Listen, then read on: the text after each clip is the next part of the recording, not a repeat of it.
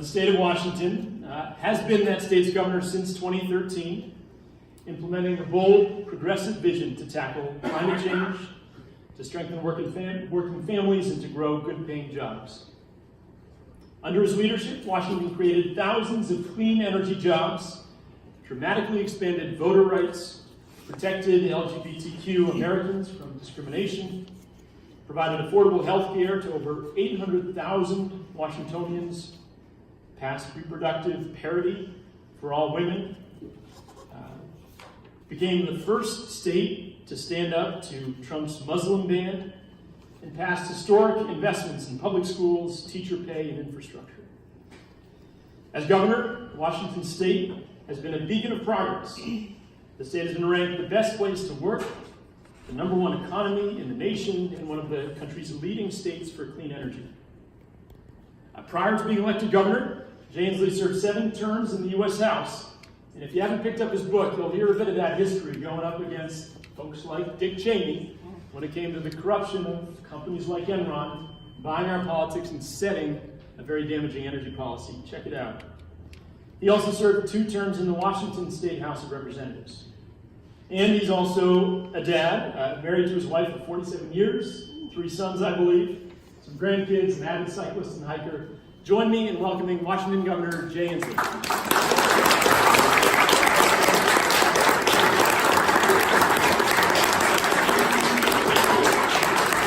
No. I haven't heard anything yet. My name is Jay Inslee. I'm Governor of the state of Washington. I've come here to say something very simple, and that is that I intend to make Donald Trump a blip in history.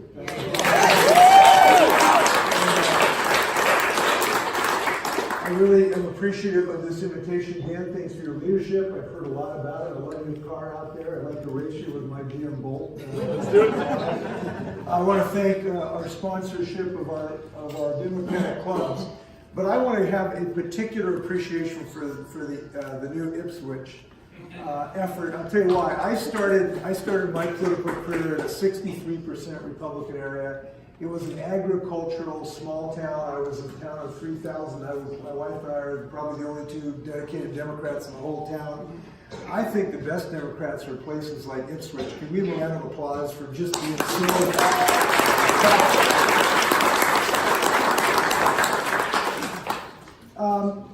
I want to get some off my chest before I talk about sort of the larger issues. And that is this attack by Donald Trump on our Muslim representative.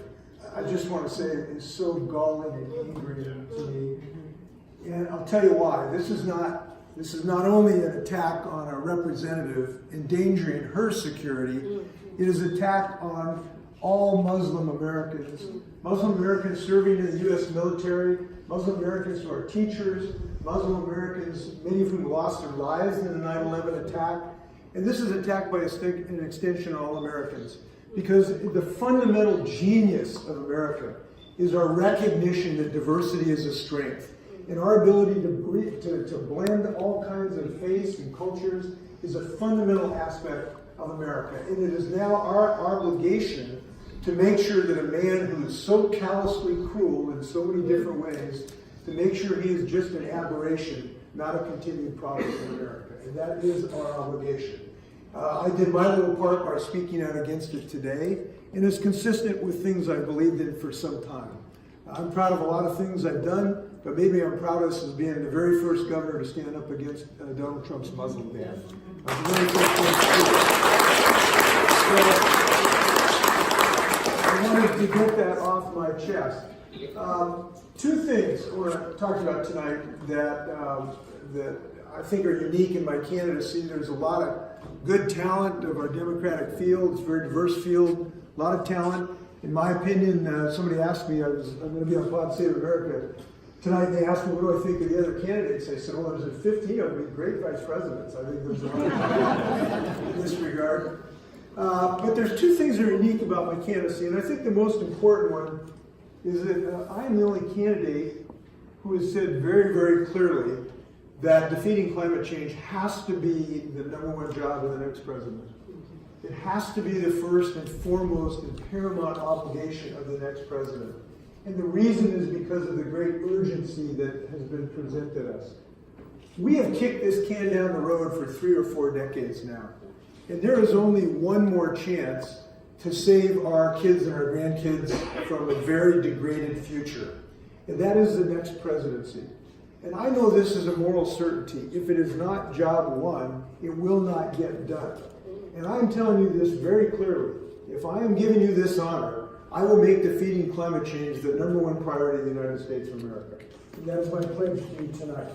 And I feel not only willing and able to make that pledge, because I've been working on this for about 20 years now. I co-authored a book in 2007 about this issue. I helped form the U.S. Climate Alliance with Jerry Brown and Andrew Cuomo, because when Trump purported to take us out of the Paris Agreement within 24 hours, we stood up the U.S. Climate Alliance.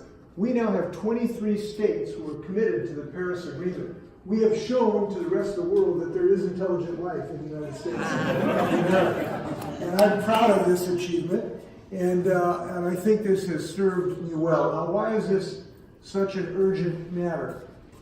Dan talked about climate refugees. I know them personally. I was in Hamburg, Iowa, the day before yesterday. This is a town that was formed in 1858. About 1,100 souls live there now. Since 1858, it has never been flooded. But this year, floodwaters went right through the middle of town and pretty much have made it uninhabitable now. This is a town since 1858 has never experienced this. But now, because of the climate change and the more extreme precipitation events, these kind of floods are going to become more frequent over time. We know that for a scientific certainty. Last month, I was in a little community called Seminole Springs. It's in the foothills north of Los Angeles. And it was a town that the Woolsey Fire went through and torched about 100 folks. They live in mobile homes in that community. It's beautiful little communities right up in the foothills, really pretty place. And it just gets you when you see that kind of devastation. There was a woman named Marsha Moss I met there. We got done with our tour, and she said, Governor, I really want to show you my home, where my home used to be.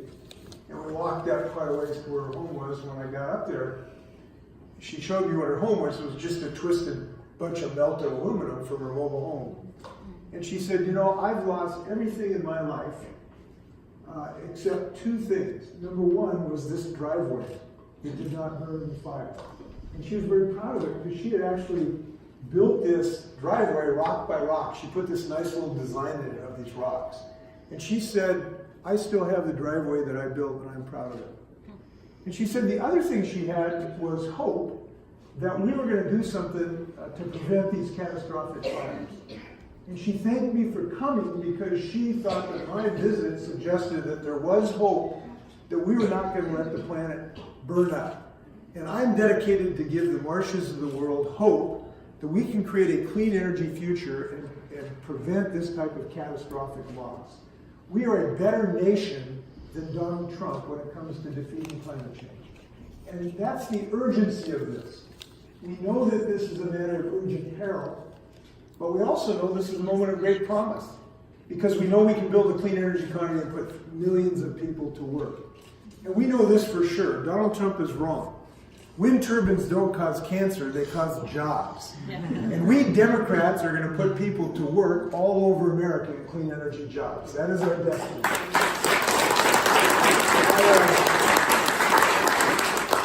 We know this because it's happening right now. Look, I predicted that we would be building wind turbines, and now we're building wind turbines like crazy in Iowa. I predicted we build batteries, and we're building batteries by the gigawatt in Nevada. I predicted we do biofuels, and we're doing that at a biorefinery right now in Washington. And a couple weeks ago, I got an argument with Meghan McCain. I was on The View, and she was saying, "Oh, you pesky Democrats, you're going to take away our planes and our trains and our cars." And I said, well, that's kind of interesting, Megan, because this morning, the governor of the state of Washington has a shiny blue General Motors Bolt, an all-electric car made by American workers in Orion, Michigan. That is a destiny that we offer Americans as Democrats to create a clean energy future that can put millions of people to work. Now, I know this message can connect with people because I've seen it work. This last year, I was chairman of the Democratic Governors Association. So it was my job to get Democratic governors elected. And I'm proud to tell you that we flipped 7 seats from red to blue. That's the biggest haul in 36 years. Something worth celebrating. We did this in part because we connected with voters in the Midwest. We won, people said after 2016 we can't win in the Midwest. What a bunch of hogwash. We flipped seats in Wisconsin, Michigan, Minnesota, Illinois, and Kansas. I know how to win to connect with people on these measures of economic growth. And we know we need to do that, and we know that we can do this around this clean energy message. So I present a vision that I think is necessary, but I also bring something too that it's unique. I'm very pleased that other candidates are now talking about climate change. I think that's a good thing. I've been talking about it for 20 years, so I'm glad they're joining us. But we know this has to be more than just, on your refrigerator, you got a to-do list. This has to be more than being on your to-do list. Because if it is not job one, it won't get done. We have to put our political capital behind it. We have to campaign on it to develop a mandate. And we have to get rid of the filibuster so Mitch McConnell cannot stop progress in the United States of America. I was the first candidate to say that. At least one other has now joined me. I think that's great, but we need to move the ball here. The other thing I bring to this is just experience getting this done. There's a difference between talking about it and getting it done. In our state, we've had a lot of success. We built a $6 billion wind turbine industry. We've got 50,000 cars shortly that are all electric. We built charging stations up and down our interstates. I've started a clean energy development fund that has spun off a bunch of companies. We are moving forward in biofuels, and now I'm pleased to tell you the day before yesterday, my chamber just passed a bill that will give us 100% clean electricity, 100% no fossil fuels. That is a vision that I believe is appropriate for the United States. So I've got a record on this that is long and productive, and I look forward to being potentially in the White House to help the country move forward. That's the first thing that I have kind of unique. The second thing I have unique is I've been a successful governor that's got things done. And we have demonstrated something that's very important. We know the central contest between we Democrats and the Republicans. The Republicans believe in a trickle-down theory that if you take care of the top 0.5%, they'll take care of you. We believe fundamentally that if we build a middle-out economic strategy, that's what will build the economy. That if we have more consumers in the middle class who can actually buy shoes once in a while, or milk for your kids, that's how you build economic growth. Washington State is a test bed of whose theory is right. Because what I've done in the last 6 years is to demonstrate the efficacy of our democratic principles. Let me give you an example of this. I'm proud to say that we've produced the single most robust family medical leave in the United States. I'm proud to say that we have now produced the highest minimum wage in the United States, tied with one other state. I'm proud to say that as governor, I passed the first net neutrality bill in the United States, so that corporations will not abuse our rights on the internet. We're very radical in Washington State. We believe that women should make the same as men. So we've passed a gender pay equity law that's probably the best in the United States. We believe people should be able to vote, and I'm proud to say we've passed the best voting rights laws in the United States so that everybody can vote. We know that we need reform in our criminal justice system.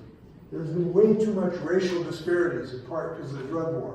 And I'm proud to say we legalized marijuana. I just offered a pardon for 3,500 people so that we could stop some of the racial disparities. I'll just mention one other thing. I come from a public education background. My dad was a biology teacher. My brother and my brother-in-law are a retired art teacher, and my kids have been in public school. We have had the largest expansion of educational opportunity that I'm aware of in my state, with huge increases in early childhood education.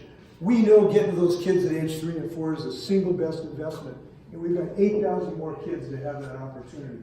We've made the biggest increase in reduction of tuition and new financial aid packages. And I'll just mention this as the cherry on the top of everything I've ever done. I'm proud that this year I fought for and I got a 12% pay increase for all the educators in the state of Washington. So we have, now, if you listen to the Republicans, what they will tell you that if you do those things that I just told about, it'll ruin your economy. It'll just destroy everything. Nobody will be willing to go to work. Nobody will invest in your state. Well, how about this? According to CNBC, we are now the best place to do business in the United States. Oxfam says we're the best place to work in the United States. We have the greatest wage growth and the best GDP growth in the United States. My state of Washington, under my leadership, has proved this. If you want a great economy, hire a Democrat. And that's a principle that we have demonstrated. And if we want a template of economic growth, look west to the state of Washington. Not only for justice, not only for diversity, not only for an increase of opportunity, but economic growth. So these are two things that I'm offering to our great party in the next great contest. And I want to thank you for your interest in righting what we have suffered. I know we are extremely angry. I know that we are extremely concerned. But I'm an optimist, and I believe I'm a perfect candidate to beat this guy. And I'll tell you why. I'm a perfect contrast. He's a pessimist. I'm a big-time optimist. I know we can build a clean energy economy. He is a fearful, insecure person. You may have noticed I'm fairly confident. Don't worry about a lot of things. He is a person who believes in a smaller, contracted, kind of walled-in America. I believe in an expansionist governor of America. He believes diversity is a vice. I believe diversity is a virtue. And I've made a history of beating Republicans. I beat one in the Republican district in '88, beat one in '90, beat one in '92. I got thrown out of Congress in 1994 because you know what I did? I voted for the assault weapon bill. I was the 217th vote. And I lost my seat. But you know what? That was a right vote then. It's a right vote now. And I got the NRA on the run right now in Washington.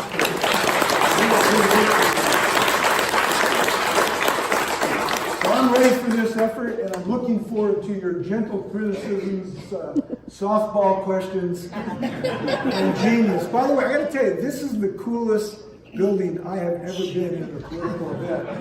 It is just, it's so beautiful. I had a really old barn, not this old, in Yakima, Washington. I used to grow 4 acres of hay and 3 kids out in the orchards of Yakima Valley. But I couldn't afford red paint. It was white. I only had white paint, so I'm a little bit jealous. Okay, take it away. Thank you, sir. Well, you are New Hampshire, so you know we do real questions. We ask them straight. There's some wonderful organizers at tonight's events, and they've actually prepared a few questions. So we're going to start right with them, but do hold your questions. We're going to move right through them. We're going to get some direct responses, only the truth, of course, and invite as many people into the conversation as possible. So the first question comes from the organization Merrimack Water Warriors, Rep. Wendy Thomas.